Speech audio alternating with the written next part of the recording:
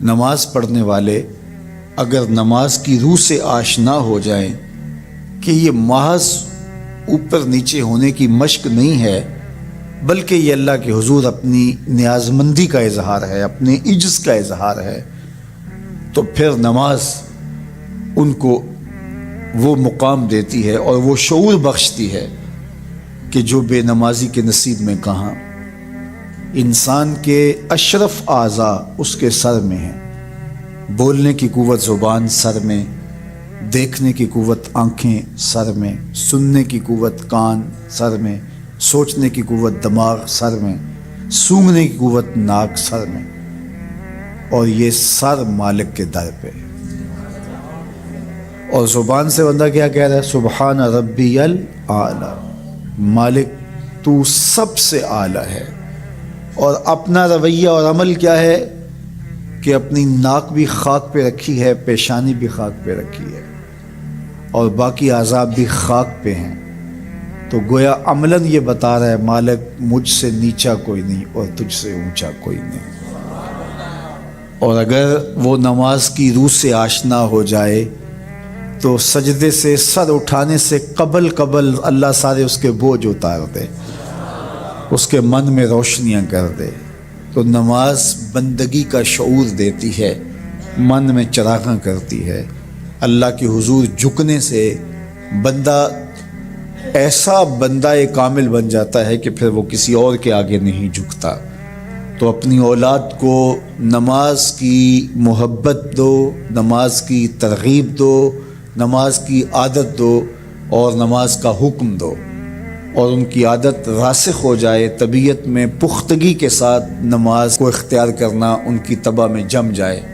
نماز ان کی طبیعت میں نظم پیدا کرے گی، ان کو نظم و ضبط کا پابند بنائے گی، اور ان کی صحت کی ضامن ہوگی، اور ان کے باطن کی طہارت کا سبب اور ذریعہ ہوگی۔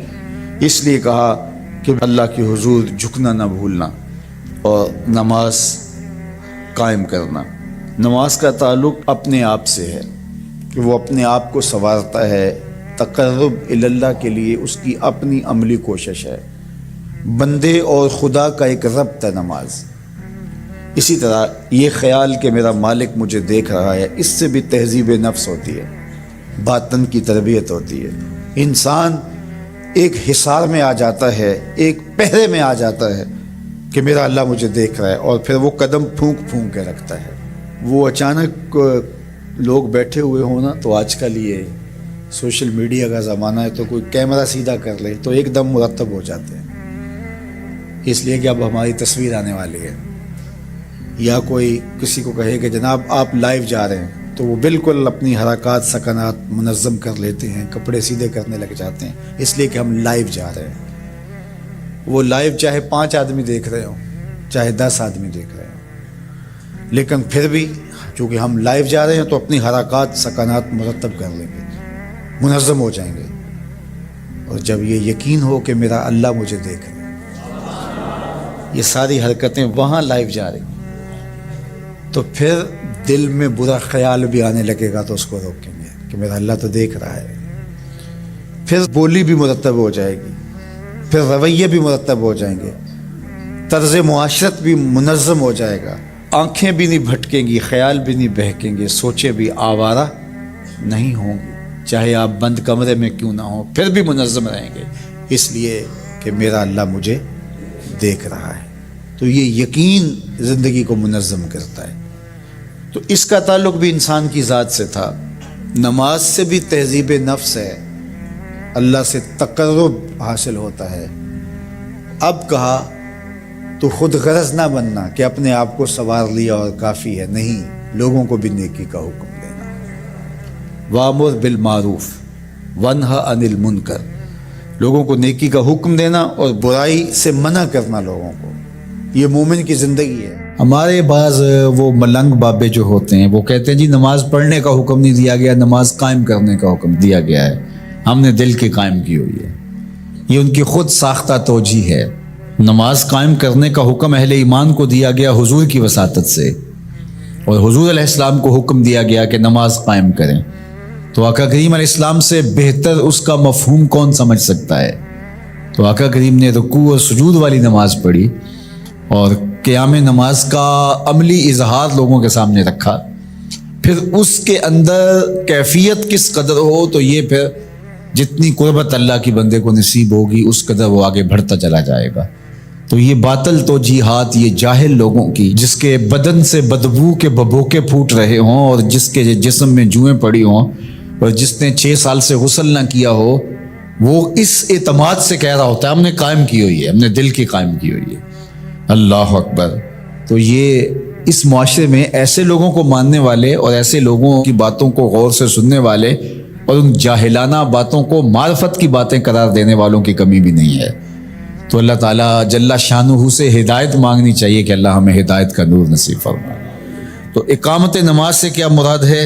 اس کی فرائض کے ساتھ ادا کرنا، یا پھر رکوع سجود تلاوت کا اتمام اور اس میں خشوع کا اور خضوع کا اظہار اور اس میں مکمل ڈوب جانا کہ گویا تم اللہ کی عبادت کر رہے ہو تو اس کو دیکھ رہے ہو. اور حضرت عثمان غنی رضی اللہ تعالیٰ عنہ فرماتے ہیں کہ جس نے صحیح وضو کیا، حضور علیہ السلام سے روایت کہ جس نے صحیح وضو کیا جس طرح میں نے وضو کیا ہے اور 2 رکعت پڑھی اور اس میں اس کو کسی غیر کا خیال نہ آیا تو اللہ تعالیٰ اس کے پچھلے سارے گناہ معاف کر دیتا ہے صرف 2 رکعت سے.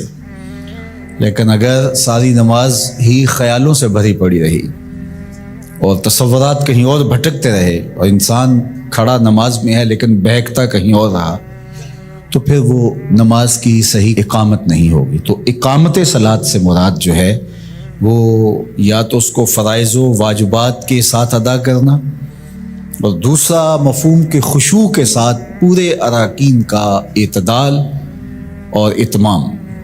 تو دونوں اس کے مفہوم بیان فرمائے گئے ہیں.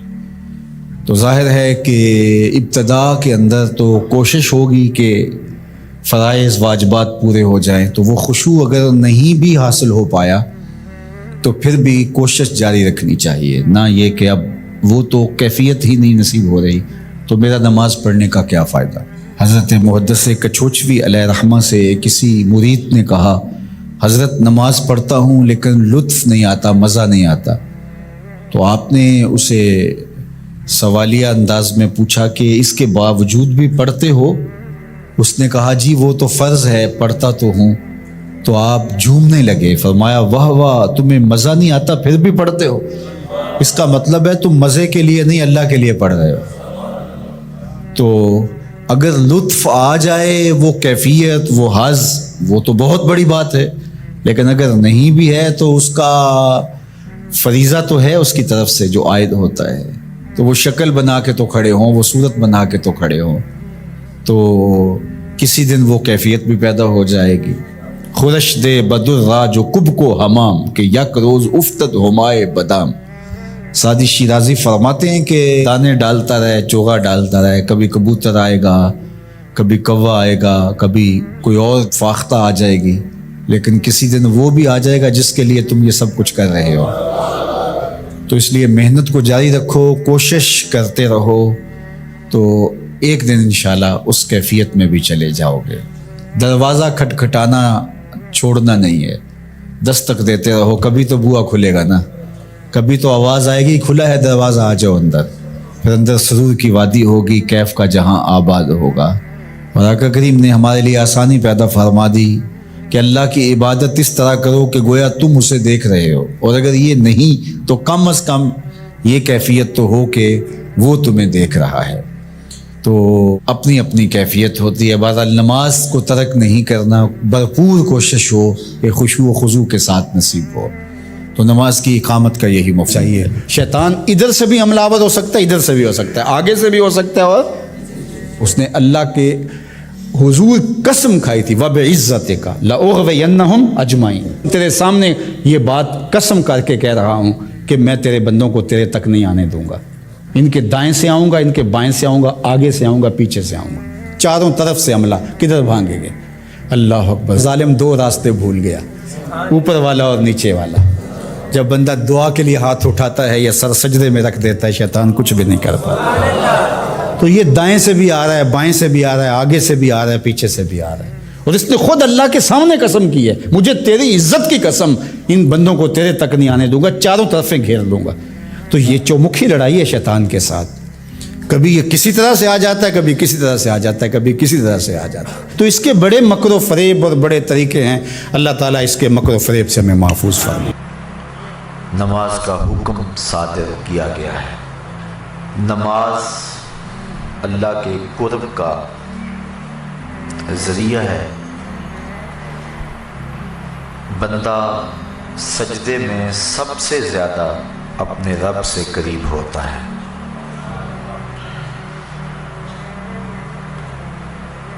انسان اشرف المخلوقات ہے۔ جتنی بھی مخلوقات کے انداز عبادت ہیں وہ سارے نماز کے اندر جمع کر دیے گئے۔ قیام، رکوع، قومہ، جلسہ، سارا کچھ نماز کے اندر جمع کر دیا گیا۔ بلکہ ایک روایت میں آتا ہے کہ جب کوئی شخص نماز پڑھنے کے لیے کھڑا ہوتا ہے تو فرشتوں کی 10 صفیں ہیں جو تعجب اور رشک کرتی۔ صاحب قوت القلوب شیخ ابو طالب مکی نے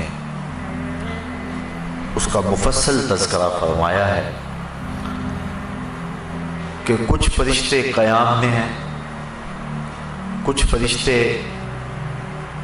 قعود میں ہیں، کچھ فرشتے رکوع میں ہیں، کچھ فرشتے سجدے میں ہیں۔ کچھ تسبیح کر رہے ہیں، کچھ تحلیل کر رہے ہیں، کچھ استغفار طلب کر رہے ہیں، کچھ ثنا کرتے ہیں، کچھ درود پڑھتے ہیں اور کچھ دعا مانگ رہے ہیں۔ جو رکوع کرتا ہے وہ ہمیشہ رکوع میں ہے، سجدہ اس کا مقصود نہیں ہے۔ جو قیام میں ہے وہ قیامت تک قیام میں ہی رہے گا۔ جو تسبیح کر رہا ہے اس کا وظیفہ تسبیح ہی ہے۔ جو ثنا میں لگا ہے وہ ثنا کو ہی ساری زندگی قیامت تک اپنائے رکھے گا۔ جو استغفار طلب کر رہا ہے وہ استغفار میں ہی ہے۔ لیکن جب انسان نماز کے لیے کھڑے ہوتے ہیں تو یہ 10 صفیں جو فرشتوں کی ہیں یہ انسان پہ رشک کرتی ہیں، اس اعتبار کے کہ جو قیام میں ہے وہ کہتے ہیں کہ میری نماز میں تو صرف قیام ہے، لیکن یہ انسان کتنا خوش نصیب ہے کہ اس کی نماز میں قیام بھی ہے، رکوع بھی ہے، سجدہ بھی ہے، قعود بھی ہے۔ استغفار والے کہتے ہیں کہ میرے پاس صرف استغفار ہے، ثنا والا کہتا ہے کہ میرے پاس صرف ساری زندگی ثنا ہے، لیکن اس کی نماز میں ثنا بھی ہے، اس کی نماز کے اندر استغفار بھی ہے، اس کی نماز کے اندر دعا بھی ہے، اس کی نماز کے اندر درود بھی ہے، اس کی نماز کے اندر سلام بھی ہے۔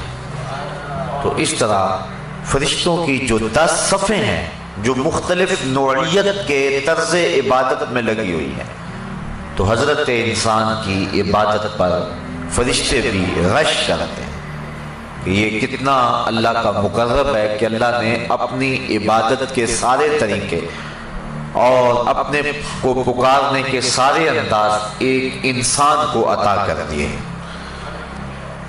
نماز اللہ کے قرب کا سب سے بڑا ذریعہ ہے۔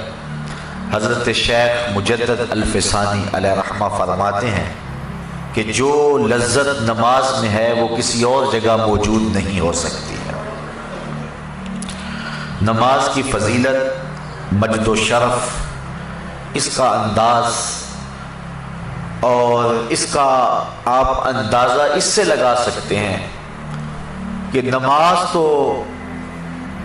مجد و شرف اور فضل و کمال کا سبب ہے ہی۔ جو اذان ہے اس کی اتنی برکتیں ہیں کہ حضور نبی رحمت صلی اللہ علیہ وآلہ وسلم نے فرمایا المؤذنون اطول الناس اعناقا یوم القیامہ، قیامت کے دن سب سے اونچی گردنیں اذان دینے والوں کی ہوں گی۔ یہ حضرت معاویہ رضی اللہ تعالی عنہ سے مروی ہے۔ قیامت کے میدان کے اندر جب لوگ چلیں گے تو سب سے اونچی گردنیں مؤذن اذان دینے والوں کی ہوں گی۔ بلکہ ایک شخص حضور کی خدمت میں حاضر ہوا اور وہ عرض کرتا ہے کہ حضور مجھے ایسے عمل کی نشاندہی کیجیے کہ میں وہ عمل کر کے جنت میں داخل ہو جاؤں۔ تو حضور نے فرمایا کن مؤذنا، تو مؤذن بن جا، پنجگانہ اذان دیا کر۔ اس نے کہا لا استطیع، میں اس کی استطاعت نہیں رکھتا۔ وقت پر آنا، سب نمازیوں سے پہلے آنا اور وقت کا خیال رکھتے ہوئے اذان دینا، یہ سب سے مشکل کام ہے۔ اس نے کہا کہ میں اس کی استطاعت نہیں رکھتا۔ فرمایا کن اماما، اچھا پھر تو امام بن جا۔ اس نے عرض کی لا استطیع، میں اس کی استطاعت بھی نہیں رکھتا۔ تو پھر حضور نے ارشاد فرمایا فقم بإزاء الامام، تو پھر امام کے پیچھے کھڑا ہو جانے والا ہو جا۔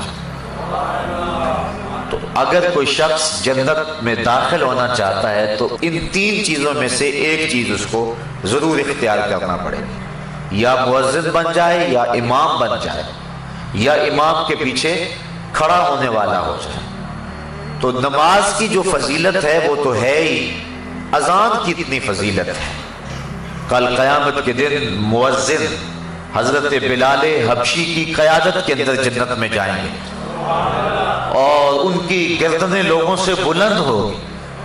بلکہ نماز کے لیے ایک مؤذن تو اذان دیتا ہے، اس کی تو برکتیں ہیں ہی۔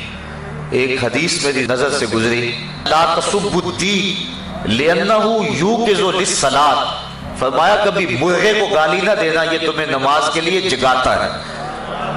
جو مرغا نماز کے لیے بیدار کرے وہ محبوب بن جاتا ہے، تو جو نماز کے لیے اذان دے وہ کتنا محبوب ہوتا ہے۔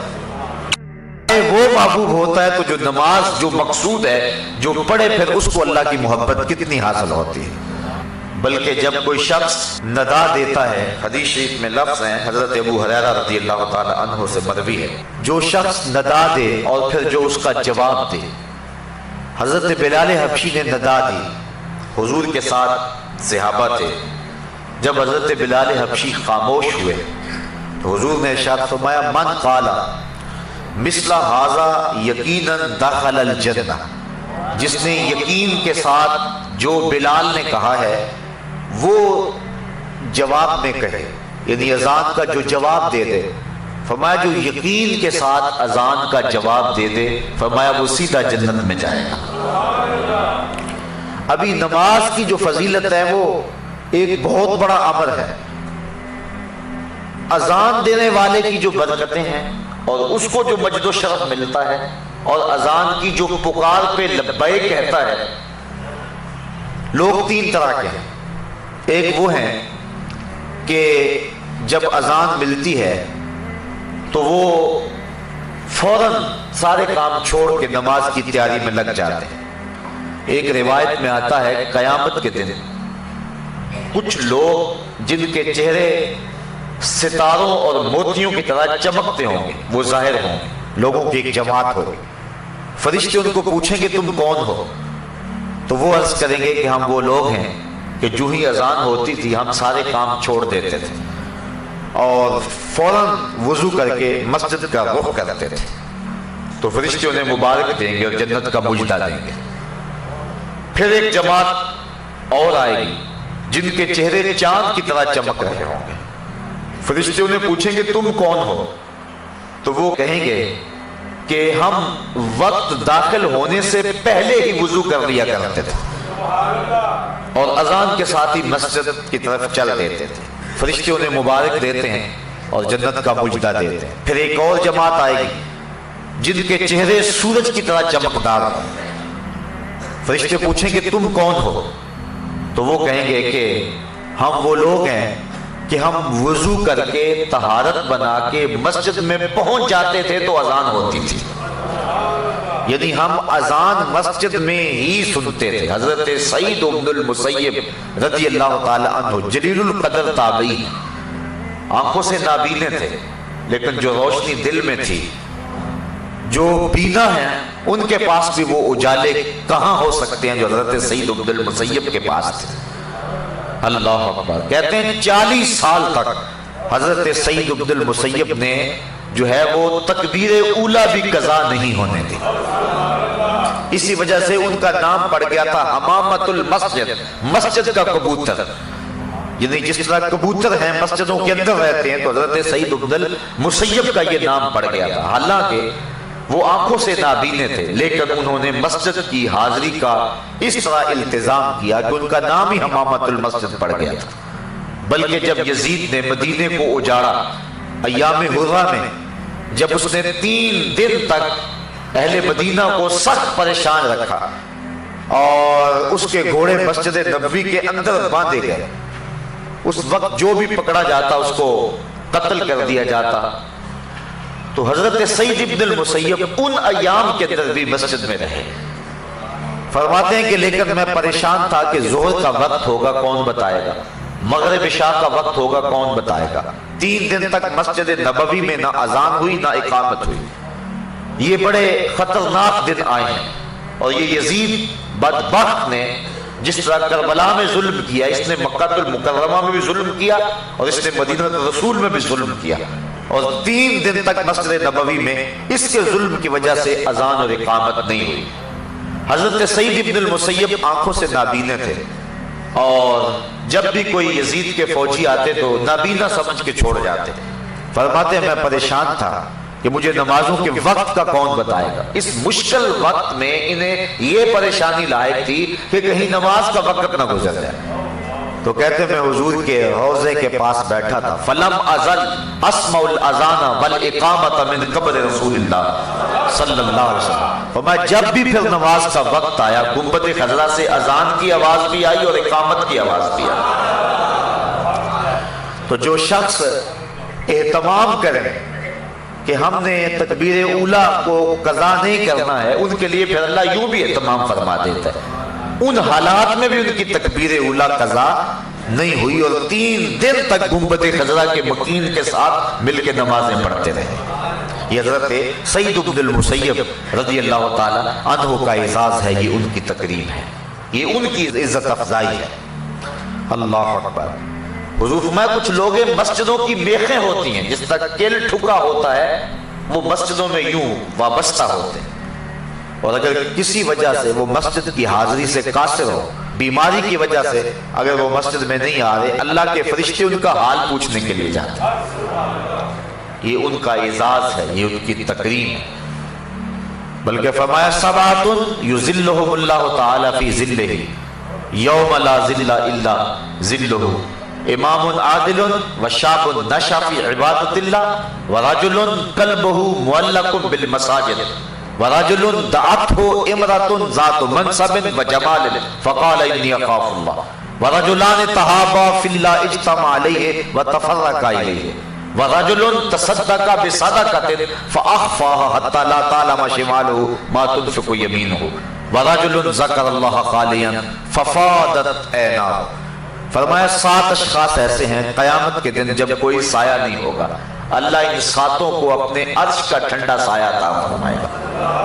ان میں سے جو تیسرا شخص بیان فرمایا، حدیث طویل ہے، وَرَجُلٌ قَلْبُهُ مُعَلَّقٌ بِالْمَسَاجِدِ، وہ آدمی جس کا دل مسجد کے ساتھ لگا ہوا ہے، اسے جب بھی ڈھونڈو مسجد میں ملے گا، مسجد کے ساتھ وابستہ ہے، مسجد کی تعمیر کے لیے، مسجد کی آبادی کے لیے، مسجد کی صفائی کے لیے، اس کا دل مسجد سے وابستہ ہے۔ حضور فرمایا کل قیامت کے دن جب کوئی سایہ نہیں ہوگا، اس شخص کو اللہ اپنے عرش کا ٹھنڈا سایہ نصیب فرما دے۔ اللہ اکبر۔ تو اذان، اقامت اور مسجد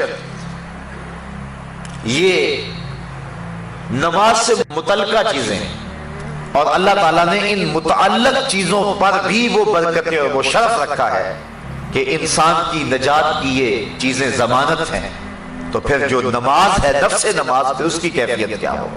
بلکہ ایک حدیث میں آتا ہے اذا صبب بالصلاۃ فتحت ابواب السماء واستجیبت دعاء، جب اقامت ہوتی ہے تو اللہ آسمان کے دروازے کھول دیتا ہے، اور یہ جو اقامت کا وقت ہوتا ہے اس وقت جو دعا مانگو اللہ وہ دعا پوری فرما دیتا ہے۔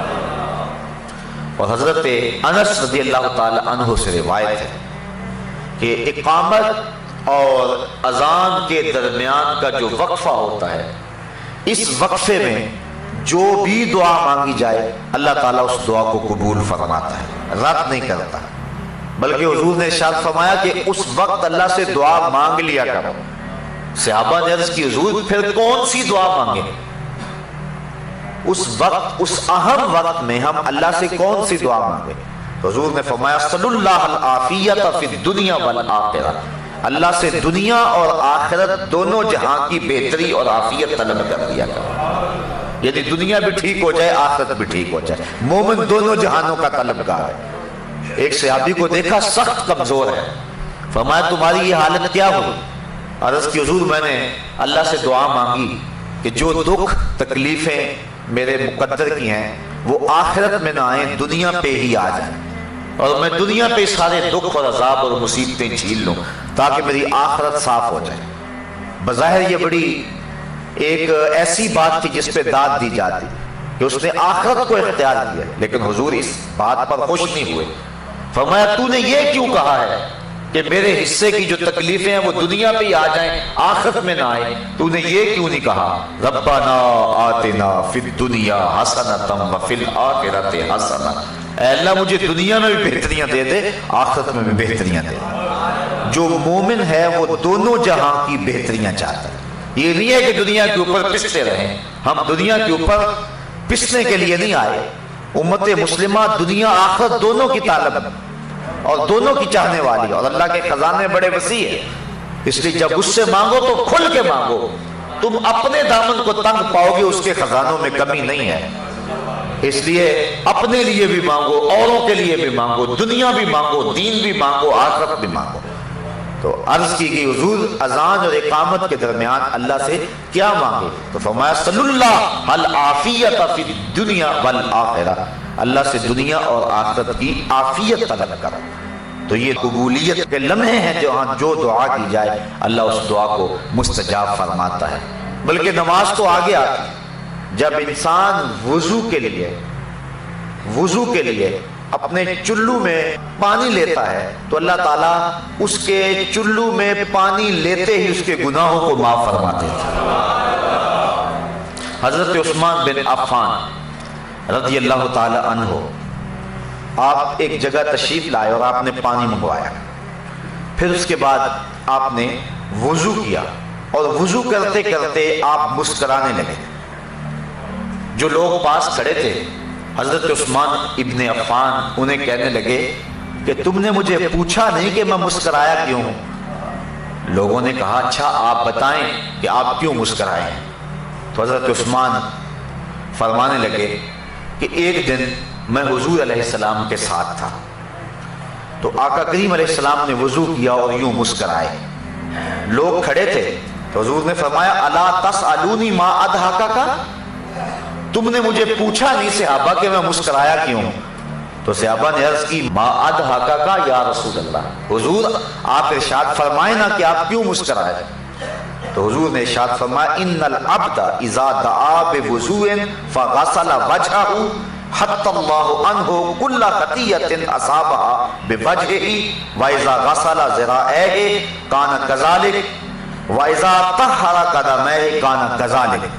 فرمایا جب کوئی شخص وضو کے لیے پانی منگواتا ہے اور پانی منگوا کے اپنے چہرے کو دھوتا ہے، اللہ ہر خطا کو چہرے سے دور کر دیتا ہے، اور اسی طرح جب وہ اپنے بازو دھوتا ہے تو ہاتھوں کے سارے گناہ اللہ تعالیٰ دھو ڈالتا ہے، اور اسی طرح جب وہ اپنے پاؤں کو دھوتا ہے تو اللہ تعالیٰ جل شانہ پاؤں کے سارے گناہوں کو دھو ڈالتا ہے۔ نماز کا فضل و شرف اور اس کی فضیلت وہ تو مسلمہ ہے، نماز سے پہلے جو عمل ہے اللہ اس کی برکتوں سے گناہگار کو جہنم کی آگ سے آزادی بخشتا ہے۔ بلکہ جس جگہ پر نماز پڑھنی ہے اگر اس جگہ کو کوئی شخص اس کی صفائی ستھرائی کرے، ایک حدیث کے اندر لفظ ہے کہ اخراج القمامات منہا مہور الحور العین، جو شخص مسجد سے کوئی تکلیف دہ چیز، کوڑا کرکٹ یا کوئی گندگی وہاں سے نکال کر کے باہر پھینکے تو حضور نے فرمایا یہ موٹی آنکھ والی حوروں کا حق مہر ہے۔ یہ جو مسجد کی صفائی کرتے ہیں، علماء نے لکھا ہے کہ مسجد صاف کرنے سے دل صاف ہوتا ہے، جو شخص مسجد صاف کرے اس کا دل پاک اور ستھرا ہو جاتا ہے، اور یہ مسجد سے جو آپ کوڑا کرکٹ نکال کے باہر پھینکتے ہیں یہ جنتی حور کا مہر ہے جو آپ ادا کر رہے ہیں۔ اللہ اکبر۔ بلکہ حضور علیہ السلام نے ارشاد فرمایا من بنا للہ مسجدا، جس نے اللہ کے لیے مسجد بنائی، کس لیے؟ یذکر فیہ، تاکہ اس مسجد میں اللہ کا ذکر ہو۔ فرمایا بنى اللہ لہ بیتا فی الجنہ، اللہ اس کے لیے جنت میں گھر بنا دیتا ہے۔ اور ایک روایت میں ہے کہ جس نے تتر کے گھونسلے کے برابر، یعنی حجم میں تھوڑی جگہ پر مسجد بنائی، علماء نے یہ لکھا ہے یہ نہ کہو فلاں مسجد چھوٹی ہے یا فلاں مسجد بڑی، یہ نہ کہو، کیونکہ کوئی بھی اللہ کا گھر چھوٹا نہیں ہے، سارے بڑے ہیں۔ یہ کہو فلاں میں نمازی زیادہ آتے ہیں، فلاں میں نمازی تھوڑے آتے ہیں، نمازیوں کی گنجائش کم ہے فلاں میں، اور فلاں میں جو ہے وہ نمازیوں کی گنجائش زیادہ ہے، یہ کہو۔ بعض ہم عموماً ہمارے یہاں روزمرہ یہی ہے، ہم کہتے ہیں وہ چھوٹی سی مسجد، چھوٹی نہیں کہنا چاہیے مسجد کو، جس چیز کا تعلق رب سے ہو جائے پھر وہ چھوٹی نہیں رہتی، وہ بڑی ہو جاتی۔ اس لیے اس مزاج کو بدلنے کی ضرورت ہے۔ بلکہ واصف علی واصف نے ایک بڑی خوبصورت بات لکھی، اس نے کہا مسجد کیا کوئی بھی شے چھوٹی نہیں ہے، کوئی شے چھوٹی تب نظر آتی ہے اسے دور سے دیکھا جائے یا پھر غرور سے دیکھا جائے۔ جب کسی کو دور سے دیکھو یا پھر غرور سے دیکھو تو وہ چھوٹا نظر آئے گا، ورنہ کوئی بھی شے کارخانہ قدرت میں چھوٹی نہیں ہے، ہر شے باعظمت ہے۔ تو بالخصوص جس چیز کی نسبت جو ہے وہ اللہ جل شانہ اور اس کے رسول کریم سے ہو جائے وہ چیز چھوٹی نہیں ہو سکتی ہے۔ یہ کہو گنجائش اس میں تھوڑی ہے نماز میں۔ حضور نے حضرت عباس بن عبد المطلب رضی اللہ تعالی عنہ، حضور کے رشتے میں چچا لگتے ہیں، ان سے پوچھا کہ چچا آپ بڑے ہیں یا میں بڑا ہوں؟ تو انہوں نے جواب عرض کی حضور سال میں نے زیادہ گزارے ہیں، بڑے آپ ہی ہیں۔ یہ نہیں کہا کہ میں بڑا ہوں، کہا سال میں نے زیادہ گزارے ہیں لیکن بڑے آپ ہی ہیں۔ تو جب نسبت اچھی جگہ ہو تو پھر اپنی زبان کو احتیاط کے ساتھ حرکت دینی چاہیے۔ تو علماء نے اس جزیے کو بیان کیا ہے کہ یہ نہ کہو چھوٹی مسجد یا بڑی مسجد، بلکہ کہو فلاں مسجد میں نمازیوں کی گنجائش تھوڑی ہے، چھوٹی اس کو نہیں کہہ سکتے ہیں۔ تو جس نے تتر کے گھونسلے کے برابر یعنی اتنی تھوڑی جگہ پر مسجد بنائی، اللہ اس کا بھی جنت میں محل بنا دیتا ہے۔ تو جس جگہ سجدہ کرنا ہے، جس جگہ پیشانی رکھنی ہے، اللہ اکبر، وہ جگہ بھی اتنی برکتوں کی حامل ہے۔ بلکہ فرمایا کہ خیر الاماکن، بہترین جگہیں روئے زمین پہ ہیں تو وہ مسجدیں ہیں، اور بدترین جگہیں اگر روئے زمین پہ ہیں تو وہ اسواق یعنی بازار ہیں۔ حکم ہے مسجد میں جلدی جاؤ اور دیر سے آؤ، بازار میں دیر سے جاؤ اور جلدی واپس آؤ۔ گو ہمارا انداز اس سے مختلف ہے، لیکن حکم یہی ہے کہ مسجد میں جلدی جاؤ، دیر سے واپس پڑھ لو۔ بلکہ ایک حدیث میں آتا ہے جس نے نماز فجر مسجد میں پڑھی اور پھر وہ ذکر و اذکار میں لگا رہا، بیٹھا رہا حتیٰ کہ سورج طلوع ہو گیا، اور پھر اس نے 2 رکعت پڑھی جس کو صلاۃ الاشراق کہتے ہیں، تو فرمایا اس کو مقبول حج اور عمرے کا اللہ ثواب عطا فرماتا ہے۔ اللہ اکبر۔ تو یہ برکتیں ہیں اللہ کے پاک گھر کی جہاں نماز ادا ہونی ہے۔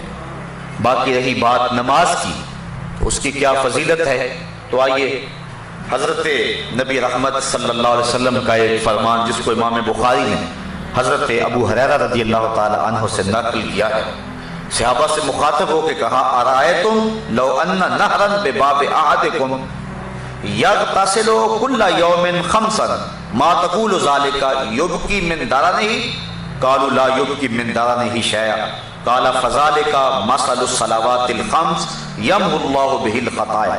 فرمایا صحابہ ایک بات تو بتاؤ، اگر کسی شخص کے دروازے کے سامنے سے کوئی نہر گزرتی ہو اور وہ دن میں 5 مرتبہ اس نہر میں غسل کرے، مجھے بتاؤ کیا اس کے بدن پر کوئی میل کچیل باقی رہے گی؟ صحابہ نے عرض کی حضور اس کے بدن پر کوئی میل باقی نہیں رہے گی. فرمایا یہی 5 نمازوں کی مثال ہے. جو شخص پنجگانہ نماز پڑھتا ہے اس کے بدن پر گناہوں کا کوئی میل باقی نہیں رہتا. اللہ تعالیٰ گناہوں کو دھو دیتا ہے جس شخص نے پنجگانہ نماز کا مزاج بنا لیا. صحابہ فرماتے ہیں، اور یہ بھی حضرت امام بخاری نے حضرت عبداللہ رضی اللہ تعالیٰ عنہ سے روایت نقل کی ہے کہ حضور سے سوال کیا گیا ای العمل احب الی اللہ، حضور سب سے زیادہ اللہ کو محبوب عمل کون سا ہے، یعنی کون سا وہ عمل ہے جو اللہ کو سب سے زیادہ محبوب ہے؟ قال الصلاۃ علی وقتہا، فرمایا وقت پہ نماز پڑھنا. اولاد بنی آدم کے جتنے بھی اعمال ہیں اچھے نیک صالح اعمال، ان میں سے اللہ کو سب سے زیادہ محبوب عمل جو ہے وہ وقت پہ نماز پڑھنا ہے. ثم ایو، صحابہ نے عرض کی حضور پھر اس کے بعد؟ قال ثم بر الوالدین، پھر والدین کے ساتھ حسن سلوک کرنا. نماز کے بعد سب سے زیادہ اہمیت والدین کے ساتھ حسن سلوک کی ہے. آج کل من جملہ قباحتوں میں یہ قباحت بہت زیادہ پائی جا رہی ہے کہ لوگ اپنے والدین کی تعظیم نہیں کرتے، ان کی تذلیل کرتے ہیں. حضور نبی رحمت صلی اللہ علیہ وسلم کی خدمت میں ایک شخص حاضر ہوا اور اس نے عرض کی کہ حضور میرا بیٹا اپنی چیزوں کو مجھے ہاتھ نہیں لگانے دیتا. تو حضور علیہ السلام نے اس کے بیٹے کو بلایا، پوچھا. اس نے عرض کی حضور اس کو پتہ نہیں ہے تو یہ میری چیزیں خراب کر دیتا ہے. امام طبرانی نے موجب میں یہ روایت بیان کی. حضور کی آنکھوں میں آنسو آ گئے اور حضور فرمایا ایک وقت وہ تھا کہ اس کی چیزیں تو خراب کرتا تھا، اس نے تو نہیں کہا تھا کہ یہ میری چیزیں خراب کرتا اور میں ہاتھ نہیں لگانے دوں گا. پھر حضور نے وہ تاریخ ساتھ جملہ ارشاد فرمایا انت و مالک لابیک، فرمایا تو بھی اور تیرا مال بھی تیرے باپ کا ہے. یعنی باپ جس طرح چاہے تصرف کر سکتا ہے تو اس کو روک نہیں سکتا ہے. تو والدین کی نافرمانی اللہ کی رحمتوں سے انسان کو محروم کر دیتی ہے، اور والدین کی فرما برداری اللہ کی رحمتوں کا حقدار بناتی ہے. ایک حدیث میں آتا ہے کہ 4 اشخاص ایسے ہیں کہ جب قیامت کا دن ہوگا تو جنت میں جانے سے انہیں کوئی شے بھی رکاوٹ نہیں ہوگی. ایک وہ شخص کہ جس نے ایسی سچی توبہ کی کہ گناہ کی طرف پلٹنا اتنا مشکل ہے جس طرح تھن سے نکلا ہوا دودھ واپس جانا مشکل ہوتا ہے. اور دوسرا وہ شخص جس نے اپنے والدین کو راضی کر رکھا. اور تیسری وہ خاتون جو اس حال میں مری کہ اس کا شوہر اس کے اوپر راضی تھا. اور چوتھا وہ شخص جس کے ذرائع آمدنی تھوڑے ہیں لیکن عیال کثیر ہے، اولاد زیادہ ہے، لیکن اس کے باوجود اس نے اپنی اولاد کے پیٹ میں حرام کا ایک لقمہ بھی نہ جانے دیا. تو فرمایا کل قیامت کے دن کوئی چیز اس کو جنت میں جانے سے نہیں روک سکے. تو والدین کی فرما برداری کرنا یہ نماز کے بعد اہم فریضہ ہے. والدین مبتلا ہیں تکلیف میں اور بندہ کہتا ہے کہ میں جہاد پہ جاؤں، حضور نے اس کی حوصلہ شکنی فرمائی اور وہ بخاری شریف کی روایت ہے. ایک شخص نے اذن جہاد طلب کیا تو فرمایا احی والداک، کیا تیرے والدین زندہ ہیں؟ قال نعم، عرض کی ہاں حضور میرے والدین زندہ ہیں. قال ففیہما فجاہد، کہا جا ان کی خدمت کر، یہی تیرا جہاد ہے. والدین فالج زدہ اور بیٹا تبلیغی چلہ کاٹنے گیا ہو، اسلام تو اس کی حوصلہ افزائی نہیں کرتا. ماں باپ کو ضرورت ہو اور بیٹا پیر کی چوکھٹ پہ جا کے بیٹھا ہو، اسلام تو اس کی حوصلہ افزائی نہیں کرتا. ہمارے سامنے حضرت اویس کرنی کی مثال موجود ہے.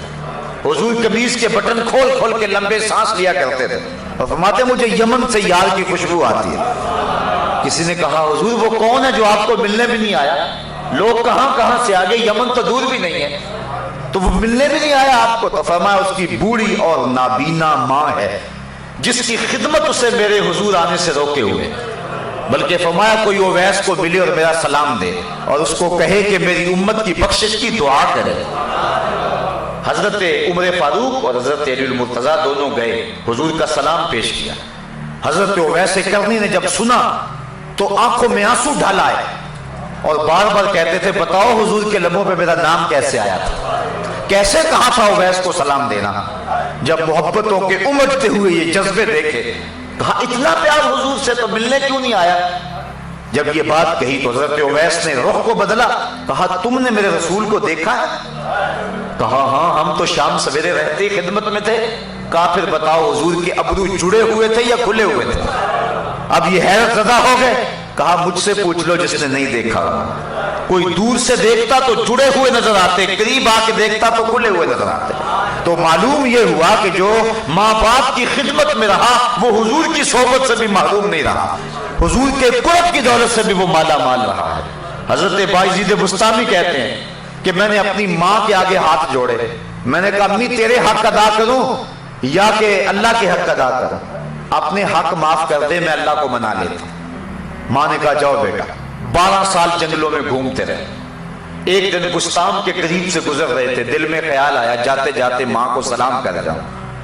دروازے کو دستک دینے لگا، رات کا موقع تھا۔ خیال آیا کہ ساری زندگی ماں کو سکھ نہیں دیا، دکھ بھی کیوں دوں؟ ماں سوئی ہوگی، میرے لیے اٹھے گی۔ دروازے کے ساتھ لگ کے کھڑے ہو گئے۔ سردیوں کی لمبی رات تھی، ساری رات بیت گئی۔ جب سحری کا وقت ہوا، اندر سے جو نالی آتی تھی وہاں سے پانی آیا۔ سمجھ گئے میری ماں سحری کے لیے اور تہجد کے لیے بیدار ہوئی اور یہ اس کے وضو کا پانی ہے۔ دروازے کو دستک دی، اندر سے آواز آئی بیٹا بایزید ٹھہرو میں آتی ہوں۔ مائیں تو بیٹوں کے دستک کے انداز سے جانتی ہوتی یہ کون سا بیٹا دستک دے رہا ہے، یہ ماں کا پیار۔ ماں نے دروازہ کھولا۔ حضرت بایزید بستامی کہتے ہیں کہ پھٹے ہوئے کپڑے، پیوند لگے ہوئے اور بکھری ہوئی حالت۔ ماں نے جب دیکھا تو آنکھوں میں آنسو مٹائے۔ 12 سال کے بعد بیٹے کو دیکھا تھا۔ ماں نے جب دیکھا تو ہاتھ اٹھا لیے، کہا مالک میرا بیٹا بایزید تیری طلب میں نکلا تھا، تو نے ابھی تک اسے اپنا قرب نہیں دیا۔ یہ جملے تھے ماں کی زبان پر۔ حضرت بایزید کہتے ہیں 12 سال کی ریاستوں سے مجھے جو کچھ نہیں ملا تھا ان جملوں سے مل گیا۔ میں نے کہا مالک میں تجھے کہاں ڈھونڈ رہا ہوں، تو تو ماں کی دعاؤں میں ہے۔ تو اگر والدین ناراض ہیں تو عبادت نہیں ہے۔ اور ایک روایت میں آتا ہے جس نے والدین کو تنگ کیا اور اس کے والدین ناراض تھے، قیامت کے دن وہ جنت کی خوشبو بھی نہیں پائے گا، اور جنت کی خوشبو 500 سال کی مسافت سے آنا شروع ہو جائے گی، لیکن وہ جنت کی خوشبو بھی نہیں پائے گا جس کے والدین اس پہ راضی نہیں ہیں۔ تو فرمایا پہلی چیز کیا؟ اللہ کو جو محبوب ترین عمل ہے وہ وقت پہ نماز پڑھنا ہے۔ دوسرا محبوب عمل بر الوالدین، والدین کے ساتھ حسن سلوک کرنا۔ صحابہ نے عرض کی ثم ایو حضور پھر کون سا عمل ہے؟ قال الجہاد فی سبیل اللہ، کہا اللہ کے راستے کے اندر جہاد کرنا۔ تو سب سے اولیت نماز کو، پھر اس کے بعد والدین کے ساتھ حسن سلوک کرنے کو، اور پھر تیسرے نمبر پہ حضور نے جہاد کا ذکر فرمایا۔ حضرت سلمان فارسی رضی اللہ تعالی عنہ سے ایک روایت ہے، اور روایت بیان کرتے ہیں حضرت ابو عثمان رضی اللہ تعالی عنہ کہتے ہیں ایک دن میں حضرت سلمان فارسی رضی اللہ تعالی عنہ کے ہمراہ کسی سفر میں تھا۔ خزاں کا موسم تھا اور درختوں کی شاخوں کے اوپر جو پتے تھے وہ زرد ہو گئے ہوئے تھے۔ ایک درخت آیا جس کی ایک شاخ لٹک رہی تھی اور جس کے اوپر زرد پتوں کا گہنا تھا۔ حضرت سلمان فارسی نے اس شاخ کو پکڑا اور جھٹکا دیا، جتنے پتے تھے گر گئے۔ اس منظر کو دیکھ کر کے میں محظوظ ہو رہا تھا کہ حضرت سلمان فارسی میری طرف توجہ پذیر ہوئے اور کہنے لگے ابو عثمان تو نے پوچھا نہیں کہ میں نے ایسا کیوں کیا ہے؟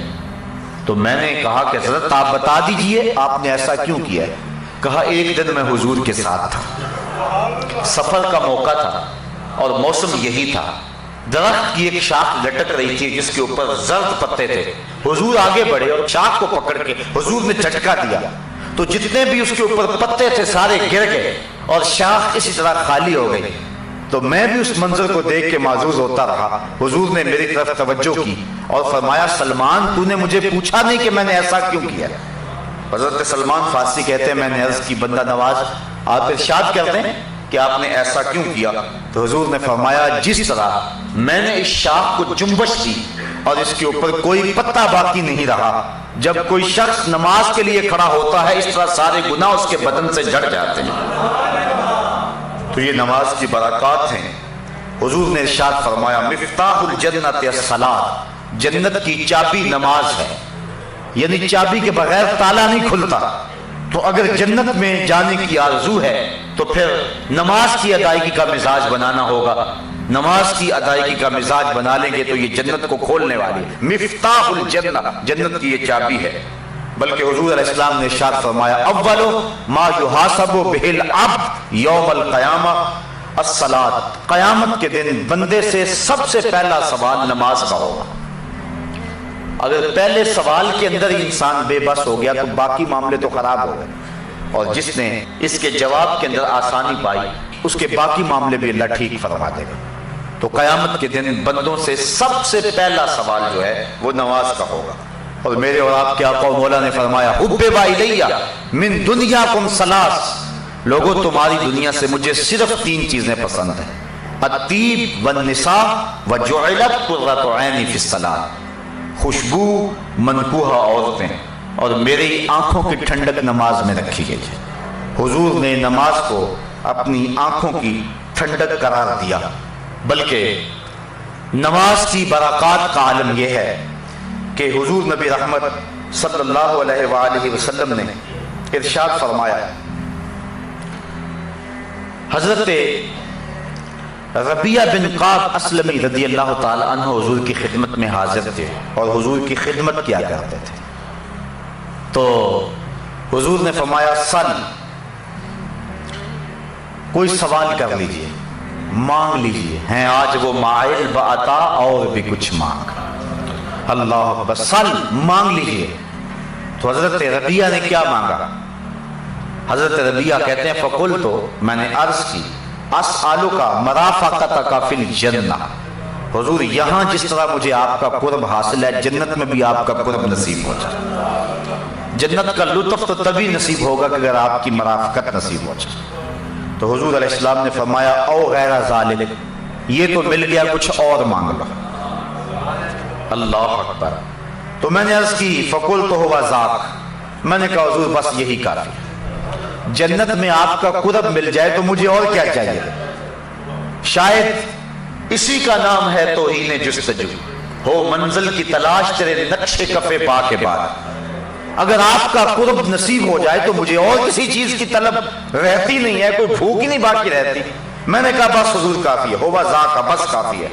حضور نے فرمایا فَأَعِنِّي عَلَى نَفْسِكَ بِكَثْرَةِ السُّجُودِ، تو فرمایا کہ کثرت سجود کے ساتھ میری مدد کرنا.